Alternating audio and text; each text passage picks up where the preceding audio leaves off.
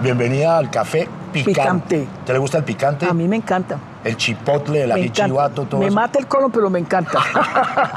De acuerdo. Bueno, mire, hay un verbo en castellano que tiene que ver con su vida ahorita actual, y es el verbo rehabilitar. ¿A qué le suena eso? Eso es como que hubiera estado incapacitada. ¿Cierto? Pero no, yo creo que yo estuve en la política, seguí trabajando muy fuertemente. Creo que me pasó algo muy, muy rico, Antonio, y fue poder estar con la gente en la calle, con las organizaciones sociales, con los campesinos. Bueno, con los afro he estado toda la vida, pero más lejos de los indígenas y de todo este movimiento social. Y eso fue definitivamente muy importante para consolidar una serie como de preocupaciones, de expectativas, sí, de preocupaciones, y estar más cerca de la gente, que creo que eso es lo importante. Ya, recuérdenos, desde que Monseñor la sacó, ilegítimamente desde nuestro punto de vista, sí, y desde el punto de vista del Consejo de Estado, ¿cuánto tiempo pasó? 6 años. 6 años. ¿Usted era senadora? Sí, acababa de ser electa. Acababa de ser electa, además, sí, con todo un proceso por delante. Y de todas maneras, bueno, sí, trabajó lo que trabajó, pero ¿no sintió de alguna manera esa presión de esa cosa atrabiliaria de quitarle los derechos? Psicológicamente, ¿qué no, sintió? Sí, claro, no. Mira, Antonio, yo he sido muy, muy parca como en hablar de eso, sí, no he querido nunca victimizarme, pero tengo que confesarte una cosa que aquí, que yo diría que muy pocas veces, o tal vez ninguna vez la he dicho. A mí me hizo mucho daño, mucho daño porque en la calle me trataron y me siguen tratando de todas maneras muy mal, sí, como que yo fuera realmente una porquería social. Y para mis adentros fue muy duro porque a mí me sacaron en el gobierno de Pastrana cuando recontaron los votos, hicieron hasta que me sacaron porque yo era la opositora de Pastrana. Sí. Y luego me pasa esto cuando yo tenía tanta ilusión, las liberaciones con tanto esfuerzo contra el mismo gobierno. Pero yo me soñaba, y te lo digo con toda franqueza, yo me imaginaba a Alfonso Cano bajando del Cauca a llegar a la mesa que fuera en La Habana, donde fuera, y nosotros lograr reafirmar y afirmar este proceso. Y yo me imaginaba en el Congreso, en los debates, en las leyes. Realmente fue muy dañino, muy dañino emocionalmente. Yo he tenido que hacer un gran esfuerzo para no caerme, ¿me entiendes? Sí.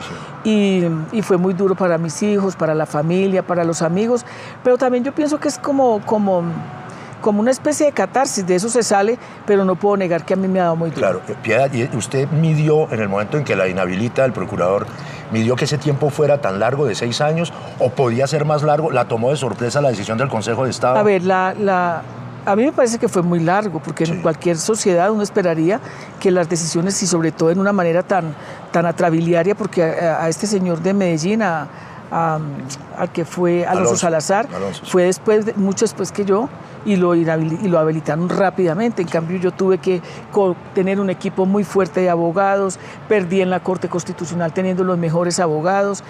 Y cuando se da el levantamiento de la segunda inhabilidad, realmente yo no la estaba esperando. Yo estaba muy desprevenida, tan es así que yo, cuando se tomó la decisión, yo estaba, casi no me doy cuenta. Yo fui la última que me di cuenta. Que se la pilló. Sí. Óigame, Piedad, de todas maneras, usted está habilitada en todos sus derechos ciudadanos, pero evidentemente en su caso hay uno ahí que era el que está en tela de juicio, el poder ser elegida. ¿Le va a volver a jalar? ¿A consultar a la gente? Mira, y lo he dicho, yo no vuelvo ya al Senado. No, yo no quiero porque yo siento que, pues, o sea, a mí me ha dejado mucho sabor amargo. Yo fui mucho lo que le insistí a los congresistas de ese momento, al presidente Benedetti, que era en ese momento. Fuimos con un grupo muy selecto de abogados, de juristas, encabezados por el doctor Alfredo Beltrán. Ajá. Les dijimos que eso era muy peligroso para el Congreso, para la democracia. Sin embargo, yo me quedé prácticamente sola, o sea, totalmente sola. Y lo que yo vi fue una avalancha de congresistas apoyando al procurador en mi contra. Claro. Y lo que yo quería hacer en el Congreso en ese momento, ya no lo puedo hacer. Yo me pienso en una Asamblea Nacional Constituyente, porque yo sí siento que este es un Estado fallido. Es decir, que la primera opción que usted ve es la constituyente. Y en ese caso, por una marcha patriótica convertida en movimiento, por un frente amplio. Por un frente amplio. Yo creo... Inclusivo de las FARC y etcétera. Sí, definitivamente sí, porque yo no creo que nosotros... Hay una corriente dentro de la izquierda que preconiza que las FARC armen su movimiento y se vayan aparte y que ellos verán cómo se resuelven. Yo no creo en eso. Yo creo que aquí tenemos que recogernos ¿Cuál todos. es esa corriente? ¿El polo de Robledo? Un sector y hay otro sector también. Sí, a ver. Entonces. Y yo creo que más que dejarnos encerrados afuera, nosotros tenemos que abrir los espacios, no simplemente con figuras o caudillos o caudillas, sino con propuestas, con programas, y ser capaces de hacer una lista única al Congreso, donde estén contempladas todas las corrientes. Eso incluye, por ejemplo, otro inhabilitado, Petro y los progresistas. Claro, totalmente, claro. Y con él estuvimos reunidos hace 3 días en un desayuno y fue una discusión bien enriquecedora. Nos volvemos a reunir la otra semana. Yo quiero ser como una especie de trait d'union, como dicen los franceses, como de punto de unión, donde nosotros podamos converger sin individualidades, sin egoísmos. Creo que si no hay unidad, como decía el Che, es muy difícil. Oiga, muy difícil. Piedad, cambiando un poco de tema, como los locos, trait d'union. ¿Usted habla francés? Un petit peu. Ajá, que lo pronunció estupendamente. Hay gente que especula y siempre, bueno, en Colombia tenemos dos particularidades. Un montón de gente que se propone como candidato presidencial y otro montón de gente que propone candidatos. Sí. Usted nos está proponiendo, pero hay una gente que dice, no, Piedad Córdoba está en una baraja en el 2018. Post-constituyente, si la hay, esa parte, Piedad. A ver, yo creo que aquí la presidencia se ha convertido en mango bajito. ¿En qué? Mango bajito. Eso suena como... Uno lo agarra así fácilmente. Ah, ya. Allá de su tierra. Y yo creo que más que proponerse a uno, lo que tiene uno que proponer es una propuesta. O sea, ¿cuál es el programa con que nosotros nos vamos a convertir en una alternativa necesaria en este país? Sí. Yo creo que muy difícilmente nosotros como izquierda ganamos solos. Tampoco creo que un sector con el que nos tenemos que juntar ganen solos, pero lo que sí no podemos es seguir dándolo gratis.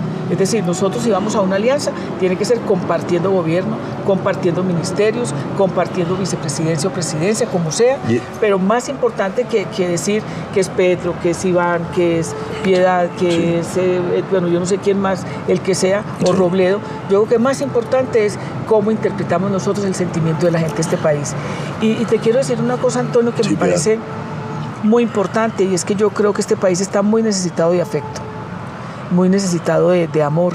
En este país esos odios son una cosa de verdad que no nos deja ver el horizonte, que no nos deja pensar, y hemos llegado a un punto en que si no es blanco es negro, pero no hay más nada. Claro. Y yo creo que eso hay que romperlo si queremos pensar en la posibilidad de una reconciliación como país. Cuando la vida real está llena de matices, y aquí se están negando, Piedad, pero pensando en esa alianza, uno inmediatamente tenemos que ir al tema, que faltaría más que no lo íbamos a tratar, que es una alianza por la paz. Eso incluye necesariamente el santismo, incluye a De la Calle, etcétera. El Partido Liberal.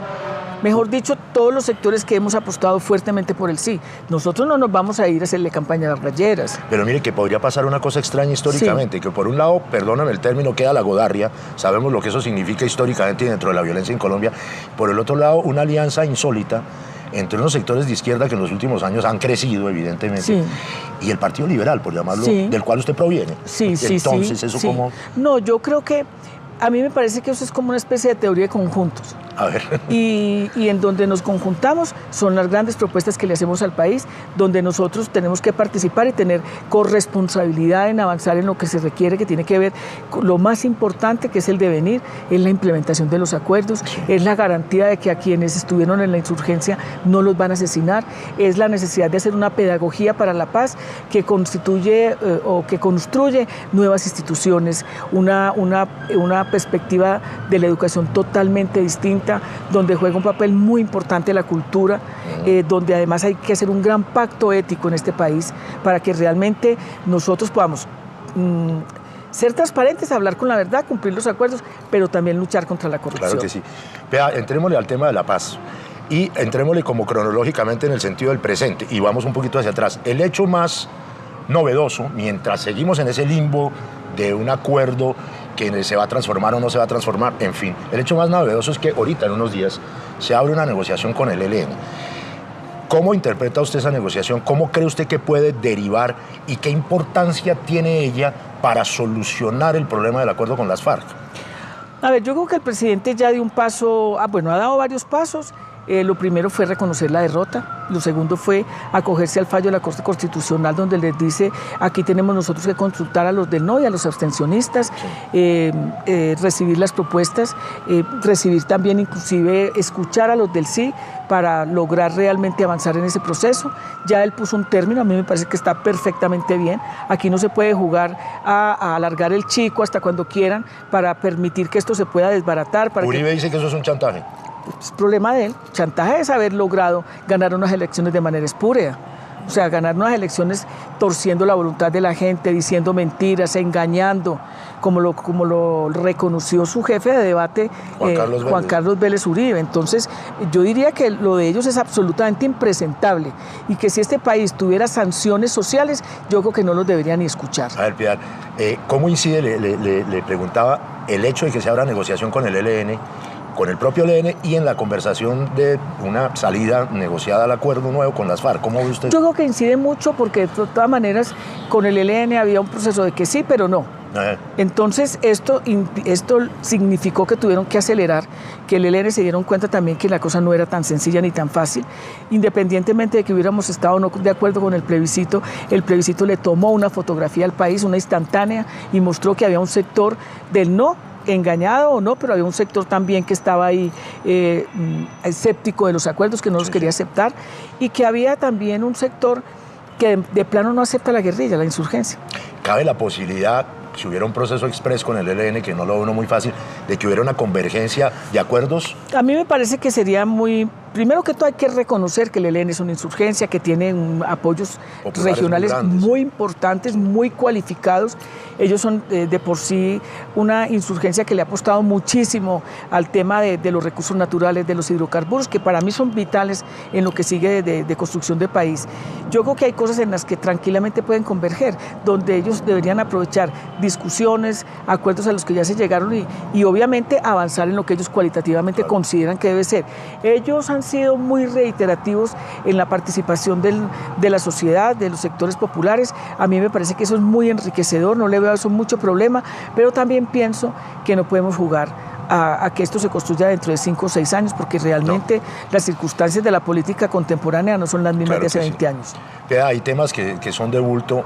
Por ejemplo, en esta semana que termina, se frustró una conversación entre Enrique Santiago, abogado de las FARC, y el Centro Democrático. Las FARC dijeron, no le jugamos a eso porque eso es otra dilación. ¿Será que terminan hablando? Pues ojalá. ¿Usted sí quisiera? Yo sí creo. Y que hablaran también con Pastrana. Yo creo que eso Pastrana y Marta Lucía Ramírez, que parece mucho más fácil, ¿no? Sí. Yo creo que eso es necesario, yo creo que nosotros tenemos que entender que podemos estar totalmente en desacuerdo con su pensamiento ideopolítico, pero todos somos colombianos y colombianas. Y yo creo que no hay ningún problema en hablarnos, en escucharnos, en ser transparentes, en no salir después a decir cosas que no se dijeron en la reunión, que es muy a la usanza tanto de Uribe como de Pastrana, claro. Pero yo sí creo necesariamente, eso es importante porque descongela, permite que cada cual pueda exponer y el otro pueda exponer, claro. Y yo creo que eso ayudaría muchísimo, muchísimo, porque yo creo que una de las condiciones que ha permitido la abstención es que la gente no le crea a nadie. Claro. Oiga, ¿qué tal un diálogo entre paisas? Timochenko, Uribe y Piedad Córdoba. ¡Ay, maravilloso! Extraordinario, como ¿No increíble. Se lo había planteado usted? No, yo no. Pero es una utopía eso. Sí o no, y además tan distintos todos tres. ¿Usted hablaría con Uribe? Yo sí. ¿Y ha habido algún acercamiento, después de esas confrontaciones tan duras? Nos encontramos en La Guajira, en esa fiesta que es tan tradicional allá de la Virgen de los Remedios, nos saludamos, pero él después me sacó el cuerpo y no quiso nunca reunirse conmigo. Sí, vi la foto. Sí. Bueno, Piedad, casi que para terminar, 2 temas sustanciales de lo que va a la renegociación del acuerdo. Las FARC dicen, 1, nosotros negociamos con el gobierno nacional y oímos lo demás. Sí. Eso es un punto. Y hay 2 puntos que son las famosas líneas rojas, oyendo a Lape, a Iván Márquez, oyendo la posición del gobierno, que es más o menos neutral. Las FARC no consideran de ninguna manera la posibilidad de pagar cárcel firme y por el otro lado no consideran tampoco la imposibilidad de su participación política. Va a haber una negociación. ¿Usted qué propone desde su punto de vista o de observación para que eso salga para algún lado? A ver, yo creo que lo más importante es que ellos se puedan hablar directamente, que eso no significa que la vocería no la pueda tener el presidente. Exacto. Es obvio que el presidente la tiene. Sí. Segundo, yo no Yo tampoco estoy de acuerdo con que se reabra el tema de justicia especial para la paz. Yo creo que eso fue muy seriamente trabajado y yo creo que ellos están jugando con candela por una razón muy sencilla. Si ellos van a abrir eso para que los comandantes... ¿Quién es? Uribismo. El uribismo. Para que los comandantes de las FARC vayan a la cárcel, pues el que termina yendo a la cárcel también es Uribe, porque él es el comandante de las fuerzas militares en su momento en este país. Ante la eliminación de la posibilidad de la justicia transicional. Sí. Si eso es lo que ellos quieren, el debate se vuelve... Pero entonces, ¿por qué insisten tanto en que volvamos a la justicia regular? No, Antonio, yo creo que ellos lo que tienen es un argumento para dilatar. Porque es que, hombre, ¿por qué no responden por los falsos positivos o ejecuciones extrajudiciales? ¿O es que eso fue mentiras? ¿Por qué no responden por todo? Mejor dicho, yo creo que le tienen miedo primero a la verdad, en lo que es el tribunal y en lo que es la Comisión de la Verdad. Y segundo, yo creo que hay fuertes intereses económicos que tienen que ver con el territorio, que tienen que ver con la tierra, que tienen que ver con los baldíos. Prueba de ello es que acaba una mujer del Centro Democrático, una congresista, de presentar un proyecto de ley para reversar precisamente lo que tiene que ver con el Fondo de Tierras, con la Ley 1448. O sea que en el fondo lo que hay es una serie de terratenientes que quieren justificar el paramilitarismo y que no quieren permitir las grandes reformas que tiene este país. Hay otra sensación nacional, tanto de los que ganaron el plebiscito como los que perdieron, en el sentido de que se está en una especie de limbo, y ese limbo pareciera tener una fecha que tampoco es tan precisa, que es 31 de diciembre, cuando se cumple un final que puede ser prolongado del cese al fuego. En ese sentido de los tiempos, ¿cuánto puede durar la pita antes de que, por desgracia, ojalá nadie lo quiera, ni así sea, se reviente? A ver, Antonio, yo creo que el presidente puede hacer unas reformas ya. ¿Habría Congreso? Y sí, yo creo que no necesita inclusive esperar a la implementación. Yo le pongo dos ejemplos concretos en el tema de participación. ¿Es capaz de darse Santos esa pena? Yo creo que sí. ¿Tan comprometido que está como con el miedo que le tiene Uribe? No, yo creo que sí. Es más, nosotros tenemos que empujarlo. Sí. Primero, el Frente Amplio le está enviando una carta que le debe estar llegando mañana. Primero, ¿para qué necesita esperar a la implementación de los acuerdos para entrar al Congreso del Estatuto de la Oposición? Yo no veo para qué. Eso lo podemos hacer y ya hay una especie de acuerdo en ese sentido. Segundo, yo creo que todo el país político, el país nacional, es consciente de que aquí se requiere una reforma del sistema electoral, que es una porquería. Tercero, el punto del desarrollo rural integral. El presidente nombró una comisión de expertos dirigida por José Antonio Campo. ¿Por qué no empieza a hacerla simple en la... Pero en estos meses que quedan, el tema de la participación política y de la prisión o no para las FARC, ¿qué solución le puede dar el presidente? No, yo creo que el presidente puede pensar muy tranquilamente porque tiene facultades. Es que el presidente está facultado desde que se saca en el año de 1997, siendo ministro de Defensa, el doctor Echeverri, el que asesinaron, sí. Que se presenta pues todo el paquete de normas que tienen que ver con la implementación para la paz, facultades para el gobierno, que luego cuando se vencen los términos se reforma. Ahí hay elementos. Y el Congreso lo puede hacer. Y tiene otra facultad que tiene nombre. ¿Sabe cuál es? Nobel. Ah, sí, claro. Eso tiene una incidencia. Sí. El 10 de diciembre le entregan el Nobel. Sí. No puede ir el 10 de diciembre sin haber hecho nada. Mi vida le queda un mesecito y largo. Nobel de la paz en un país que, bueno, si no está necesariamente en guerra, no hay una paz estable. Yo creo que el presidente no puede alargar esto y permitir que esto se alargue. Esto no puede ser un pacto de élites. El país se revienta. El presidente tiene que entender que en este 63% de abstención hay mucha gente que rechaza el estado actual de cosas de este país. Ese tema es interesantísimo, Piedad. Quienes tenemos la edad, yo más que usted seguramente, vivimos el Frente Nacional. Y frentes nacionales ha habido antes también. Acuerdos cerrados, elitistas, de clase, de políticos.